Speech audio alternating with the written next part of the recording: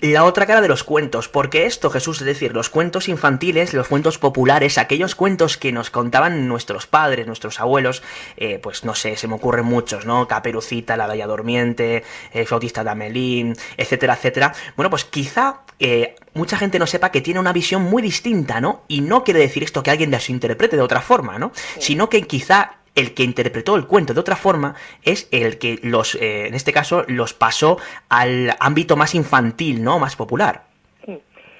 Así es, David. Muchas veces pensamos que los cuentos infantiles nacieron con esa finalidad, de ser cuentos para niños, para que durmieran, para, en fin, edulcorarles algunas noches en vela. Y sin embargo, nos damos cuenta cuando miras un poco la trastienda de estos cuentos, de mal llamados cuentos infantiles, incluso cuentos de hadas, pues te das cuenta de que no es así exactamente, porque distintos autores han hecho tratamientos diferentes de sus temáticas. Es verdad que la mayoría de los cuentos que tú has citado, como Blancanieves, La Bella Durmiente, Cenicienta, Barba Azul, Caperucita Roja, todos ellos proceden o bien de Charles Perrault o bien de los hermanos Grimm. Pero es que antes ya existían otro tipo de versiones orales que pasaban de generación en generación, donde, en fin, no eran exactamente lo mismo que nos ha llegado, porque sí tenían mucha carga de violencia, de crueldad, y de hecho hay cuentos como Pulgarcito, donde matar o despedazar o comerse a niños pues es algo habitual, ¿no? O engordarlos para hacerlos más apetitosos, como pasa en el cuento de Hansel y Gretel, o que los padres abandonen a los hijos tal cual, ¿no? Y que se busquen la vida, como pasa en Pulgarcito o en Hansel y Gretel también. Este tipo de cosas que ciertamente luego se van tamizando con el tiempo, pero sí forman parte de las versiones originales. Es decir, que más que para crear dulces sueños en los niños, en los infantes, a veces les podían crear auténticas pesadillas, porque cuando se miran algunos de estos cuentos hay mutilaciones, hay antropofagia, hay muertas macabras, hay castigos dignos de la Inquisición, hay un poco de todo. Lobos Ese que sería se el lado comen. gore o el lado oscuro de los cuentos. Lobos que se comen a las abuelitas. Claro, lo estamos pensando aquí, ¿no? Y bueno, efectivamente, cuando somos pequeños no somos conscientes, ¿no? De toda esa crueldad concentrada que hay en muchos de estos cuentos, como bien decía, supuestamente infantiles, ¿no? Pero cuando tomamos cierta conciencia de ellos, desde luego, si yo le estuviera leyendo un cuento a un niño y pues contar esta serie de historias, quizá al ser popular y al conocerlo previamente no caería en ello, ¿no? Pero son realmente terribles algunos de los casos, ¿no? Y es más, no solamente en algunos de ellos, sino en la gran mayoría de los mismos, ¿no, Jesús? Hombre, no sé si la gran mayoría, porque hay muchos cuentos, es cierto. Y los populares, claro. Claro, donde yo he encontrado muchos de esos, bueno, esa parte sádica de algunos cuentos infantiles, pues es eso, en Caperucita Roja, en Hansel y Gretel, en Pulgarcito, en Barba Azul, en Rapunzel, en Griselda, etc. Hay unos cuantos que sí que se dan esas claves, ¿no? Incluso en la versión de los hermanos Grimm, y eso que fíjate que los hermanos Grimm, ya en el siglo XIX, cuando ellos recopilan esos cuentos para la infancia y el hogar, bueno, pues los adornan, los edulcoran, esas narraciones, para que no tuvieran tantos detalles macabros. Y aún así, en algunos casos, pues no pueden evitar, por ejemplo, que en el cuento de la Cenicienta, al final, la madrastra pues tiene que cortar los dedos y los talones a sus hijas para que les quepa el zapatito, el famoso zapatito de marras, ¿no? O como en La Bella Durmiente, pues al final sí que hay una serie de elementos intrigantes ahí y casi espeluznantes. Bueno, pues este tipo de cosas funcionan hasta el punto de que ciertos psicoanalistas, incluso padres, han advertido que algunos miedos infantiles basados en violencias, en angustias, en sadismo, son provocados por ciertos cuentos de hadas, aparentemente morbosos y sádicos, como acabo de comentar, ¿no? Así que sí que es cierto que cumplen una labor, yo creo que terapéutica. De hecho, el miedo de los padres a que su hijo se vea desbordado por la fantasía y lo maravilloso, muchas veces ha sido un miedo que ha impedido que los niños pudieran acercarse a este tipo de cuentos. Pero hoy sabemos, gracias a estos psicoanalistas, por ejemplo, Bruno Bettelheim está considerado como el autor más importante a la hora de analizar los cuentos de hadas. De hecho, su libro, Psicoanálisis de los cuentos de hadas, pues es un clásico donde nos desgrana poco a poco todo este tipo de elementos, tanto infantiloides como sádicos, que se dan en algunos cuentos. Y Bruno Bettelheim, una de las cosas que él decía en su obra, es que los cuentos en general, estos cuentos infantiles, sirven para que el niño se enfrente mejor a la vida real, es decir, a nuestra realidad cotidiana. Paradójicamente, quienes son privados tempranamente de esta fantasía, precisamente en la adolescencia, cuando los padres no cuentan los cuentos a los niños, buscan esa meja perdida en el esoterismo, en las drogas, ahora en los videojuegos. Ese tipo de cosas son fundamentales. Por eso, la gran importancia de los cuentos, con independencia que luego tengan o no tengan ese lado gore o ese lado oscuro. Bueno, tocas un tema que yo creo que es fascinante, ¿no? Psicoanálisis en los cuentos. Quizás que me estoy imaginando, ¿no? A la pequeña Blancanieves o a Caperucita Roja o al flautista, a la Bella Durmiente, pues sentados en una especie de diván, ¿no?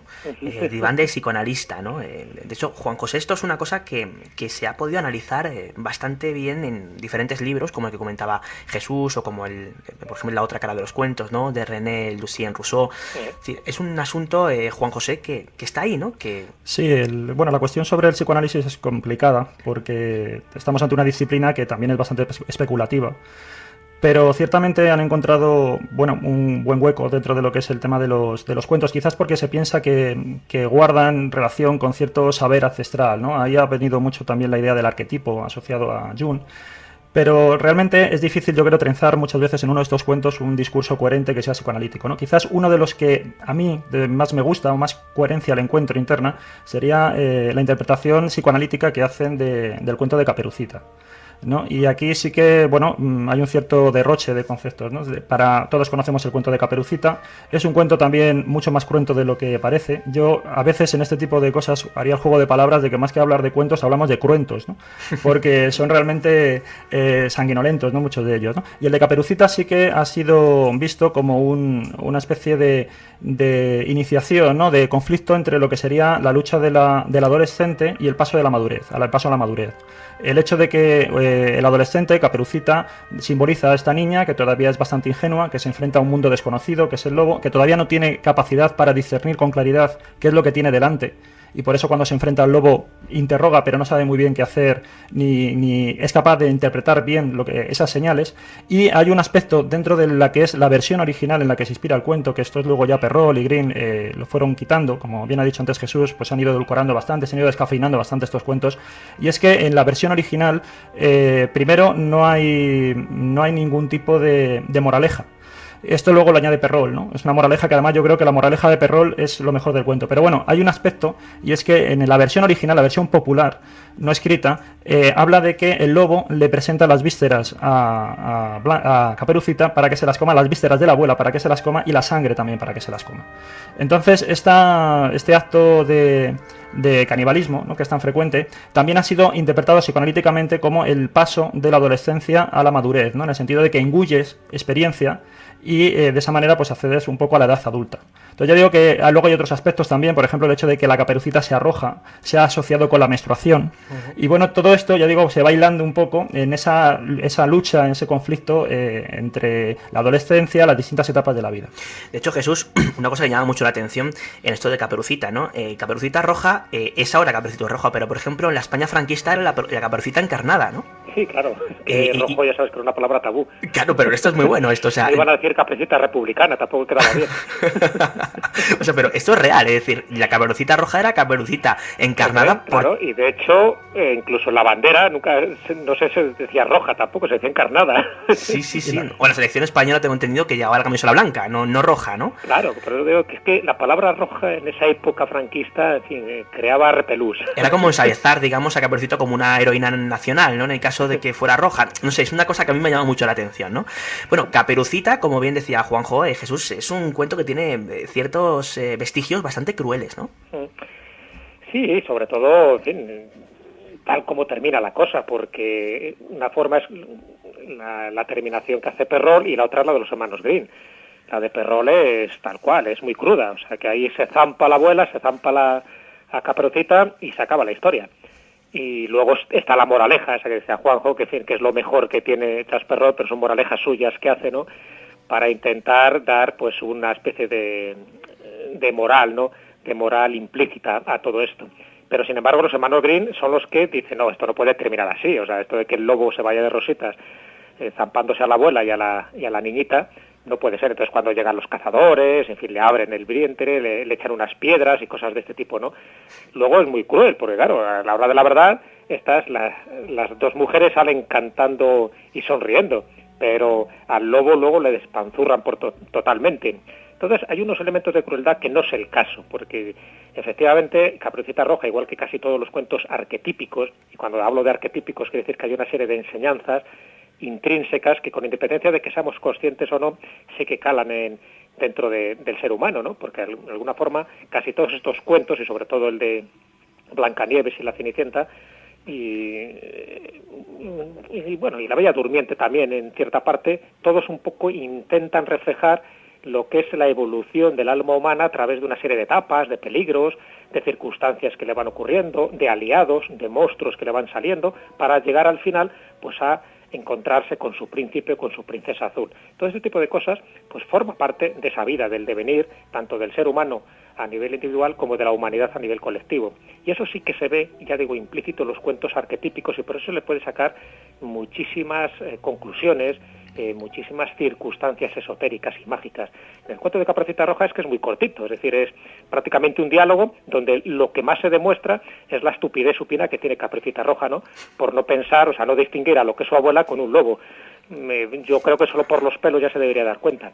Y lo mismo pasa pues con Blancanieves, o sea, también indican de que son como heroínas, pero demasiado estúpidas, y tan estúpidas que lo que están intentando indicarte es un mensaje que va más allá de la propia literalidad del cuento. Es decir, para mí lo que intentan es reflejar esas etapas en las que un ser humano se va encontrando a lo largo de su vida con los peligros implícitos. En el caso de Caperucita, el lobo, tal como decía Perrol dentro de su versión más personalista, esa que publica en el año 1697, esas moralejas que él decía algo así como: vemos aquí que los niños, y sobre todo las niñas bonitas, elegantes, graciosas, pues hacen muy mal al escuchar a cualquiera que no sea alguien de la familia, porque los lobos siempre se comen a aquellas personas que son imprudentes, algo así. Es decir, ese tipo de moralejas eran muy del uso del siglo XVII, del siglo XVIII, cosa que en el XIX, y esto es importante recalcarlo, es decir, la época en la que viven los hermanos Grimm, en el XIX es cuando se empiezan a considerar los cuentos como óptimos para la educación infantil. Hasta ese momento nunca se habían pensado que los cuentos podían ser un instrumento educativo y moralizante. Pero en el siglo XIX, con los hermanos Grimm sobre todo, es cuando dice: cuidado, que aquí sí que hay una enseñanza implícita que se les puede dar a los niños. Hasta ese momento prácticamente los cuentos se contaban, pues eso, en reuniones de mayores, tipo los cuentos de Boccaccio y cosas de este tipo, ¿no? Se les metía determinados elementos crueles y eróticos y ahí quedaban. Pero para niños este tipo de cosas no solían ir.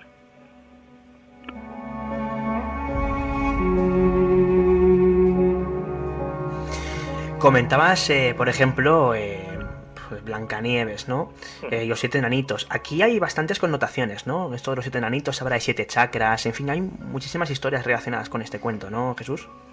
Sí, para mí yo creo que es el cuento más arquetípico de todos, ¿no?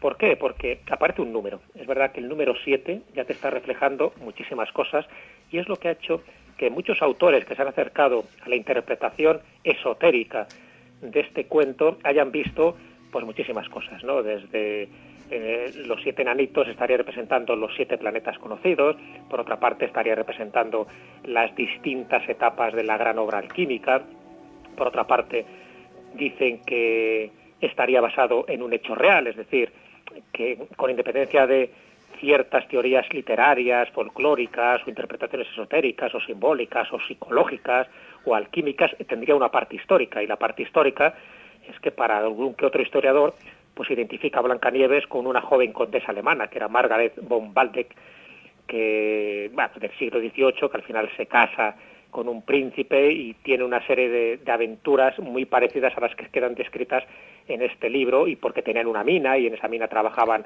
unos enanitos que son los que llegaban precisamente a extraer el metal.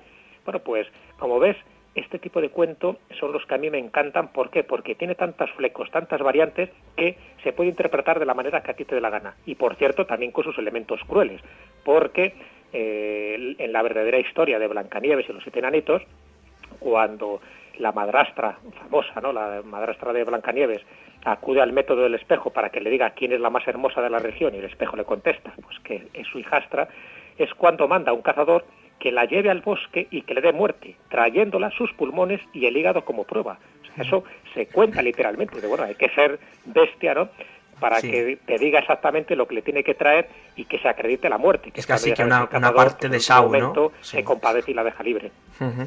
Bueno, otro de los que hemos nombrado, La Bella Durmiente, ¿no? También tiene su historia Pues claro, todos estos tienen su historia porque, es lo que te decía, todos ellos reflejan determinadas etapas dentro de la evolución espiritual del ser humano. Y aquí incluso, aplicando dos términos que utilizaba Carl Gustav Jung, Jung hablaba del ánima y del animus. El ánima sería el aspecto femenino dentro del inconsciente colectivo que tienen los hombres, y el animus sería al revés, el aspecto masculino dentro del inconsciente colectivo que tienen las mujeres. Y en el fondo, lo que se está representando aquí es el ánima y el animus, es decir, la búsqueda del encuentro para que al final se fusionen los dos cuando termina el cuentecito de Marras, ¿no? Pero además hay otro tipo de interpretaciones, ¿no? Porque, de hecho, es uno de los cuentos populares europeos más conocidos que habla sobre el destino. Si realmente, si te das cuenta, el leitmotiv que tiene La Bella Durmiente siempre nos está hablando del destino, ¿no?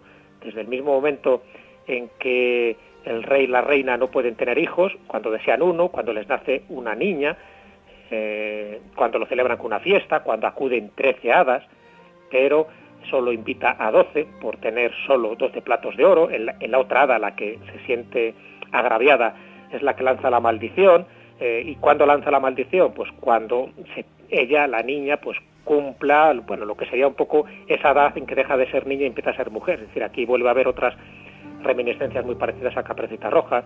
Es decir, todo ese tipo de cosas, en fin, cuando se pincha ya con el uso, cuando se cumple esa sentencia o esa maldición, cuando descansa en su lecho, cuando precisamente todo entra en una especie de letargo, pasa el tiempo determinado, ¿no?, esa maldición que había establecido el hada, y solo en ese momento, solo cuando pasa el tiempo, es cuando el príncipe aparece, porque entonces cualquier intento no se podía conseguir que esa Bella Durmiente despertara. Todo eso forma parte precisamente del despertar de la humanidad. Es decir, es como si todo tuviera que cumplirse unos plazos, unas épocas determinadas, para que al final vuelva otra vez al esplendor, a la Edad de Oro, ¿sí?, la famosa Edad de Oro que contaban y cantaban los poetas griegos. Pues si te das cuenta, La Bella Durmiente va cumpliendo paso por paso cada una de estas etapas hasta que al final, efectivamente, se celebran las bodas, viven felices, y eso hasta el final de sus días, ¿no?, a pesar de que el cuento de Perrault continúa incluso después de la boda.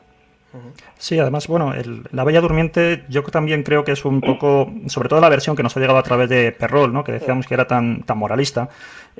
Yo creo que también es un poco una especie de manual para damas y princesas, ¿no?, porque es una exaltación de lo femenino, claro, desde la óptica del siglo XVII. Y no hay nada más que ver un poco los dones famosos que dan las haditas a la joven bella, ¿no?, que son bastante, bueno, yo creo que hoy en día no los querríamos para ninguno. Quiero decir, por lo menos no solamente estos dones para ninguno de nuestras hijas, ¿no?, porque le dan la belleza, la bondad, la gracia, el baile, el canto y el virtuosismo musical, ¿no? Básicamente eso sería la lista.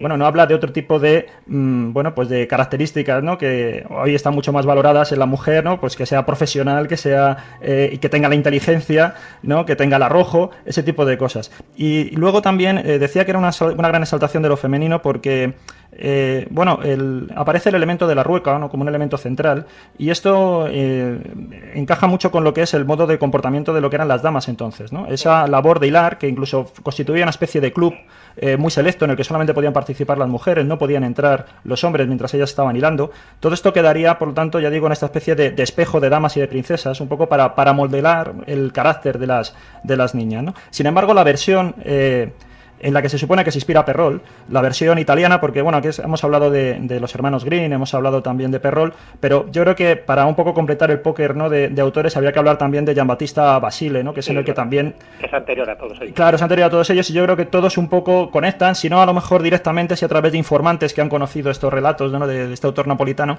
Y la versión anterior de La Bella Durmiente es realmente impresionante, ¿no?, porque bueno, mientras está durmiendo, hay un noble que se acerca a donde está ella yaciendo y, bueno, la viola, se va, y al cabo de 9 meses la Bella tiene unos niños, esos niños se encargan las hadas de amamantarlos, ¿no? De dejarlos ahí, ponerlos a la vera de los pechos para que se queden, pues eso, recibiendo el alimento.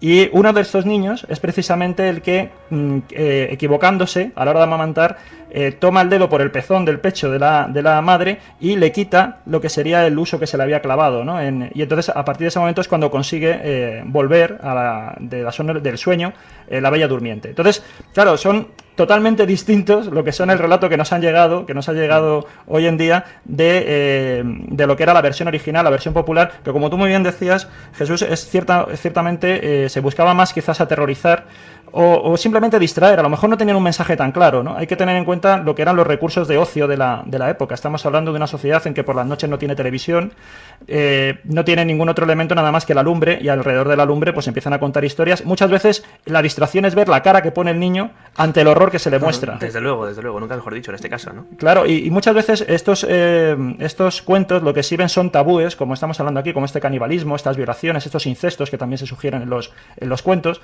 Se busca esa reacción y claro, al verlo sobre el papel perdemos todo lo que serían las pausas, el comentario, los silencios del narrador, todo eso se pierde, que son como los efectos de cámara o las bandas sonoras que tenemos, por ejemplo, en una película de Hitchcock.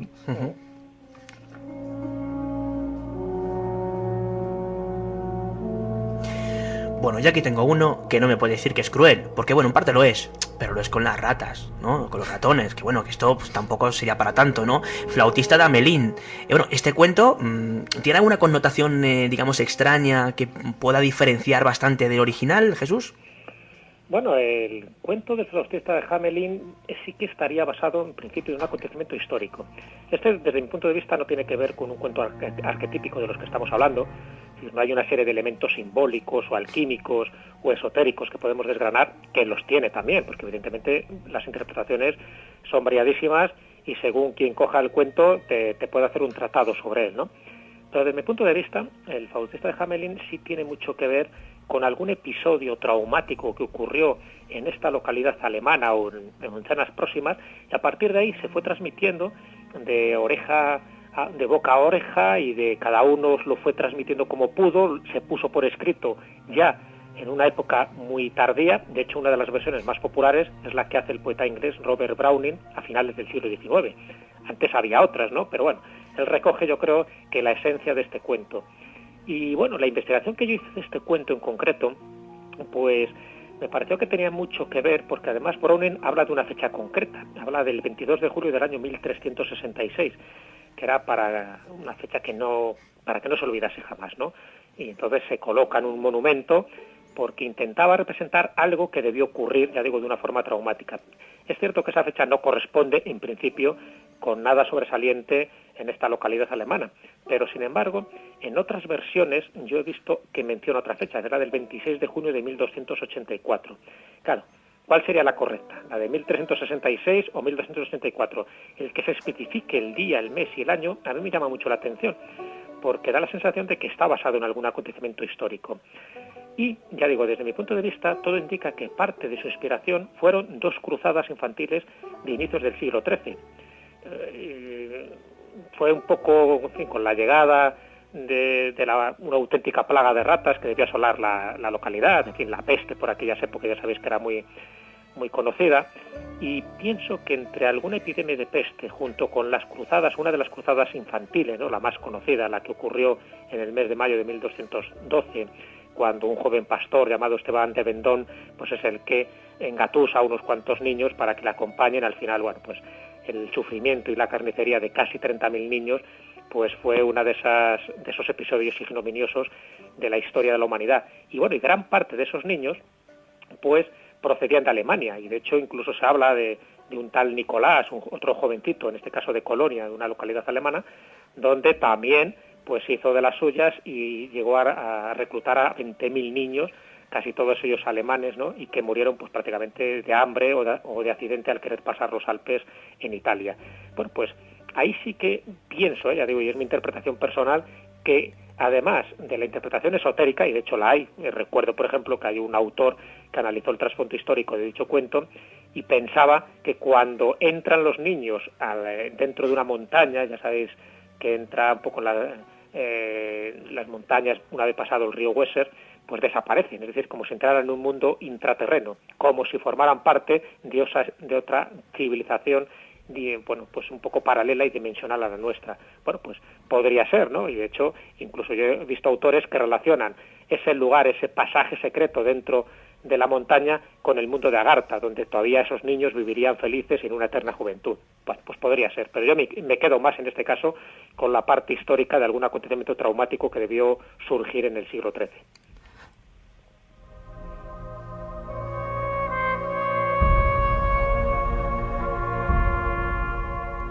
Sí, es que además el cuento del flautista de Hamelin realmente es peculiar precisamente por eso, porque estamos acostumbrados a que todas las narraciones se produzcan, ¿no?, en una escala de tiempo que precisamente no está definida, ¿no?, y que trabajen con geografías imaginarias. Y eso también es lo que le da el carácter universal. En cambio, el flautista de Hamelin efectivamente está ubicado en un lugar muy concreto y evidentemente, seguro, claro, casi con seguridad tuvo que haber algo ahí traumático que afectó a esa comunidad para que realmente eso quedara recogido en el relato, ¿no?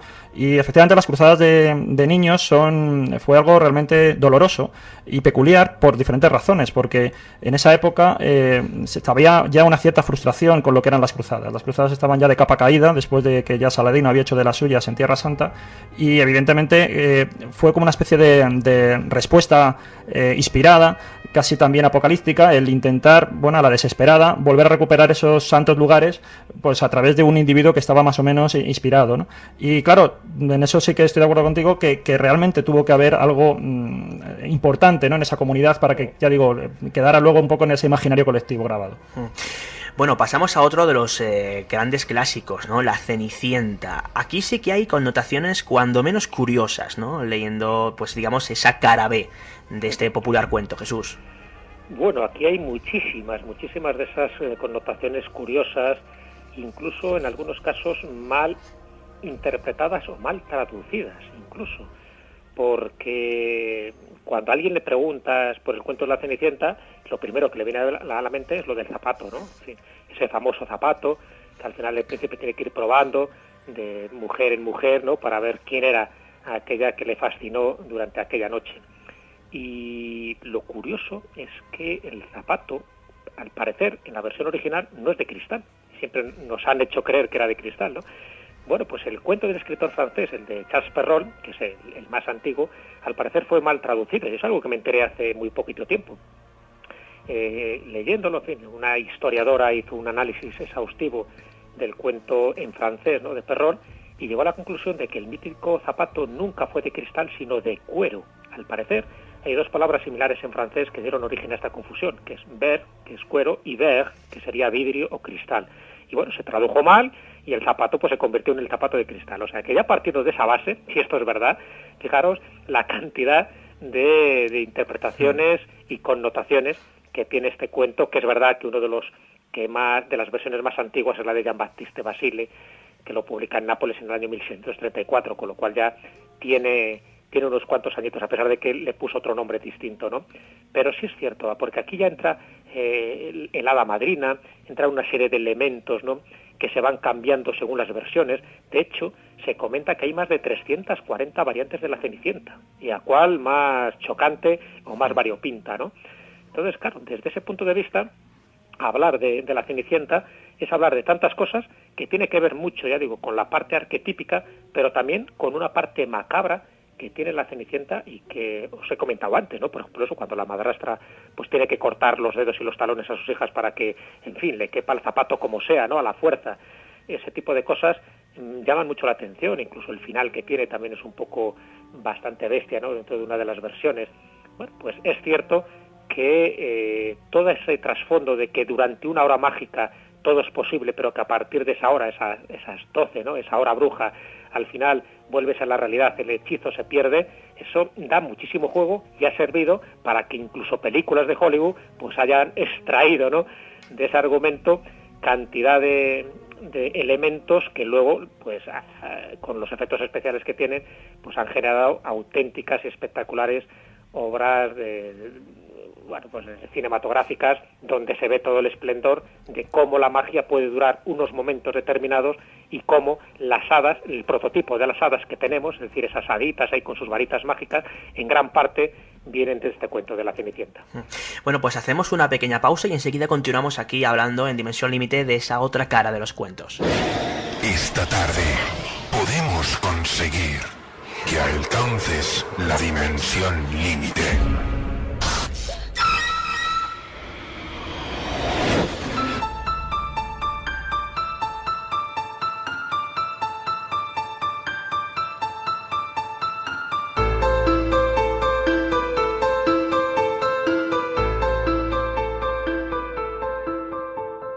...107,7 de la FM, RK20.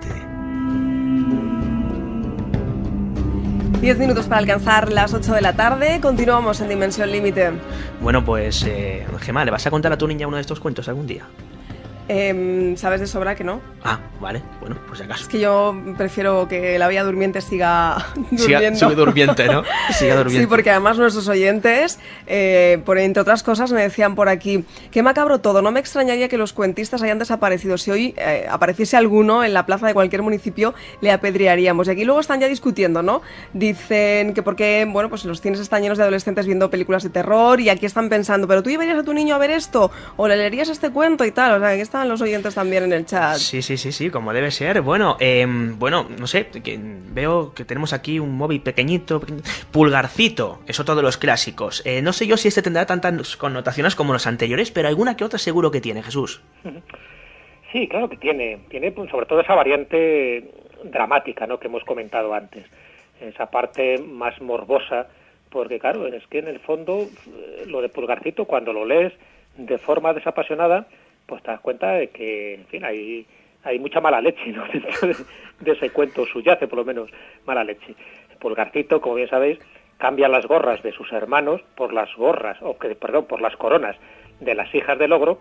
¿Para qué? Para que al final las confunda y las devore a sus propias hijas, ¿no?, pensando que lo que está devorando es a los hermanos de Pulgarcito. Y claro, y se las degüella y las come tal cual, o sea, un ser antropófago de la peor calaña que te puedes imaginar. Qué bonito todo. Si no es sádico eso, ya me dirás, ¿no? Sí, desde luego. Vaya con Pulgarcito. Bueno, yo creo que si hablamos de cuentos crueles, yo creo que digamos que el que se lleva la corona, nunca mejor dicho, es Barba Azul, ¿no? Es terrible ¿no? Porque, bueno, no sé, yo creo que forma parte de estos cuentos populares, ¿no? Y yo releyendo el cuento antes de venir, dice, bueno, no sé yo qué tiene esto de infantiloide, pero bueno, en fin. Ahí está, ¿no? Yo creo que el cuento de Barba Azul le pasa lo mismo que lo del flautista de Hamelin. Es decir, está basado también en un acontecimiento histórico. Sí, es posible, sí. Claro, casi con toda seguridad, porque no es un cuento, bueno, que digo, no es un cuento para niños, prefiero, claro que es un cuento, es un relato, es una historia, es una novela, lo que queramos que sea, ¿no? Y de hecho se han escrito novelas basadas en este personaje. Pero claro, ¿quién es este personaje, este Barba Azul, ¿no? Que uno de los que le da más popularidad es Perrón. Bueno, pues un personaje también que tiene esas connotaciones tan sádicas, ¿no? El que impide, ¿no?, que su siguiente mujer abra la habitación prohibida, ¿no?, donde al final cuando la abre pues ve que todo está cubierto de sangre coagulada y que en ella se reflejan los cuerpos de varias mujeres muertas y colgadas a lo largo de las paredes. Este tipo de cosas, tú ves una película de psicópatas, que es exactamente lo mismo. Es Saw 6, sí. Claro, y entonces aquí se está refiriendo. Sin calificación X, sí. Claro, está claro. Y de hecho, bueno, recordamos rápidamente el final, ¿no? Porque quizá Barba Azul, aunque sea un cuento muy famoso, quizá no sea tan popular como el resto, ¿no?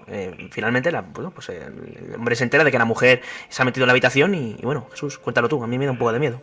Sí, bueno, no sé si que ya sabes que los finales nunca se deben contar, o sea, que casi mejor dejamos un poco ese misterio, pero sí contarte en quién se ha podido basar los distintos autores que han recogido Barba Azul. Y como sabéis, hay un personaje que se lleva todas las papeletas para pensar que ha sido el prototipo, ¿no?, histórico de este personaje literario que es Barba Azul, que es Gilles de Retz. Gilles de Retz, para el que no sepa de quién estamos hablando, que se ubique en la época de Juana de Arco, porque Gilles de Retz era un mariscal de Francia, muy joven, por cierto, el mariscal más joven de Francia en aquella época, que fue el lugarteniente de Juana de Arco, precisamente, con todas las peripecias, el que la defendió, la salvó de muchos percances, y al final, pues cuando Juana de Arco muere ejecutada en la hoguera, pues Gilles de Retz es como que queda desencantado, en fin, se hace malo, por simplificar mucho la cuestión, se va a su castillo, y a partir de ahí pues empiezan a desaparecer niñas, mujeres de sus alrededores, ¿no? hasta que, bueno, se descubre con el tiempo, porque este hombre estaba protegido casi por la inmunidad, ¿no?, de su nobleza, estaba protegido contra cualquier investigación que hiciera el rey, pero bueno, al final era tan evidente las desapariciones y que algo estaba pasando en ese castillo, que al final se descubre que efectivamente Gilles de Rais pues era un auténtico sádico, un psicópata que mataba pues a estas niñas, a estas mujeres que se acercaban por allí. Y es el famoso Barba Azul, o para que el cuento de Barba Azul pues se convierte en un hombre que se va casando y a medida que se casa pues se queda viudo, ¿no? No me extraña. No me extraña, ¿no? El tío tenía esa pasión por la sangre, más que por el sexo, por la sangre, ¿no? Sí, Barbarroja debería llamarse este hombre. Sí, pero bueno, Barbarroja era un pirata. No, sí, claro. También era bastante sanguinario. Y mejor porque si no en la época franquista le hubieran cambiado el nombre. Era bastante sanguinario. Se hubiera quedado con Barba Azul. Y era un emperador también, había un emperador que era Barbarroja.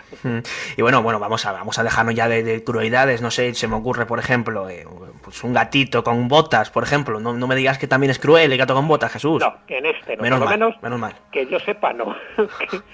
Como todo, sería cuestión de analizarlo, ¿no? Pero no, básicamente no estaría dentro de esos cuentos terroríficos de los que hemos comentado pues a lo largo de esta tarde.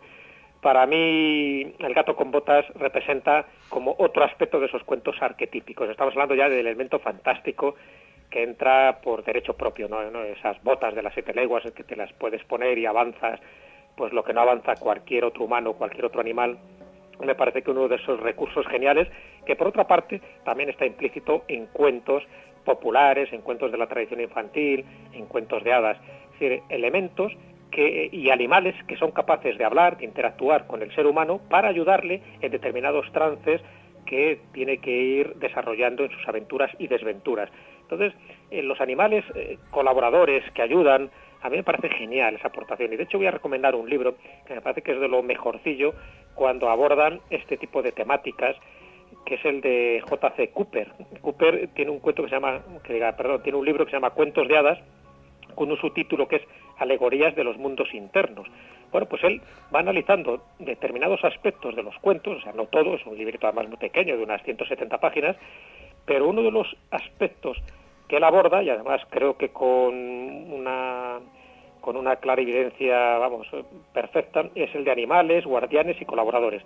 Y ahí entraría precisamente este cuento, ¿no? Cómo determinados animales domésticos, animales del bosque, dejan de tener esa condición animalesca para tener una condición casi humana, caminan sobre 2 patas, hablan, interactúan con el protagonista, y eso hace que el cuento adquiera pues ese carácter maravilloso. Estaría dentro de esa categoría de los cuentos maravillosos, que también, como no, tiene una serie de perlas esotéricas muy bonitas de analizar, pero en este caso, hasta donde yo sé, no tiene ese tipo de perla sádica, grotesca o gore, que por suerte pues no todos, como ves, tienen esa sensación, porque si no va a dar la sensación de que hablamos continuamente de cuentos terroríficos y macabros, el oyente va a pensar que todos los cuentos son así. Pues no, precisamente fíjate, este no es así. Decía yo la mayoría, y no sé yo si va muy desencaminado, porque de los que llevamos comentados se salva alguno que otro, pero bueno, en fin. Bueno, Juan José, nuestros oyentes nos preguntaban por un personaje que ha sacado, que ha editado un estudio cuando menos curioso, ¿no? Sí, preguntaban por Vladimir Popov. Bueno, es un académico, es un tema bastante académico. Se trata de un especialista que ha investigado todo el tema de los cuentos y marcó realmente escuela, creando una vía de análisis, dividiendo los cuentos en diferentes variantes y toda una metodología, ¿no?, para afrontarlo. Pero bueno, desde un punto de vista, ya digo, filológico, antropológico, ¿no? Ahondando sobre todo en si más o menos tenía una especie de esquema preestablecido, creo que eran unas 20 y tantas variantes, y en ellas pues fue encajando los diferentes relatos. ¿Conoces, Jesús, este estudio? ¿Perdona? Sí, que estudio ¿lo conoces? Hombre, a Vladimir sí. Uh-huh. De hecho, prácticamente todos los cuentos, cuando tú lees cualquier narración de cuentos populares, cuentos infantiles, sean de España o del resto de Europa, pues es uno de esos personajes que se le cita continuamente. De hecho, por ejemplo, el experto Antonio Rodríguez Almodóvar, que como sabéis ha hecho unas buenas recapitulaciones y recopilaciones de cuentos populares españoles, se basa en la clasificación de Vladimir Popov precisamente para catalogarlos, es decir, cuentos maravillosos, cuentos con animales, cuentos fantásticos, cuentos de terror, cuentos de aventuras, es decir, tiene una clasificación pues muy científica, muy rigurosa, pero que sirve para que determinados investigadores, analistas de los cuentos, pues les sirva de referencia a la hora de ordenar y recapitular pues todo este material folclórico. Bueno, pues Jesús, si tuviéramos que establecer una conclusión, porque desde luego nos hemos cargado unos cuantos, al menos la inocencia de los mismos sobre estos cuentos, yo creo que habría que quedarse quizá con el mensaje más bonito de los mismos, ¿no? Y quizá dejar estos detalles más cruentos en lo que sería el anecdotario popular, nunca mejor dicho en este caso, ¿no? Hombre, desde luego, no nos vamos a quedar con la parte más horrorosa de los cuentos. Ya digo que a pesar de todo, yo creo que este tipo de elementos, como la bruja horrenda o la madrastra malvada o el gigante o el ogro antropófago, todo este tipo de elementos a mí me parece que son esenciales, es decir, que no se deberían suprimir. No habría que hacer cuentos políticamente correctos donde se suprimiera esto, porque entonces los objetos o los personajes que emplea el niño para dar forma a sus angustias desaparecerían y no los podrían superar. Yo creo que este tipo de elementos, a la hora de la verdad, cumplen una función terapéutica, cumplen una función educativa, pero ojo, siempre y cuando se sepan leer o se sepan contar, es decir, cuando no se incida demasiado precisamente en este tipo de aspectos morbosos.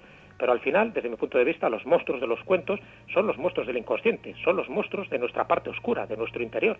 Para mí sería muy erróneo suprimir la violencia del entorno del niño, acolchar su vida, superprotegerle, porque antes o después comprobará que la vida no es tal como Walt Disney nos la pinta en las películas, que al final la vida queda reflejada, aunque sea en pequeñas cápsulas, pero queda reflejada en este tipo de cuentos infantiles que acabamos de analizar.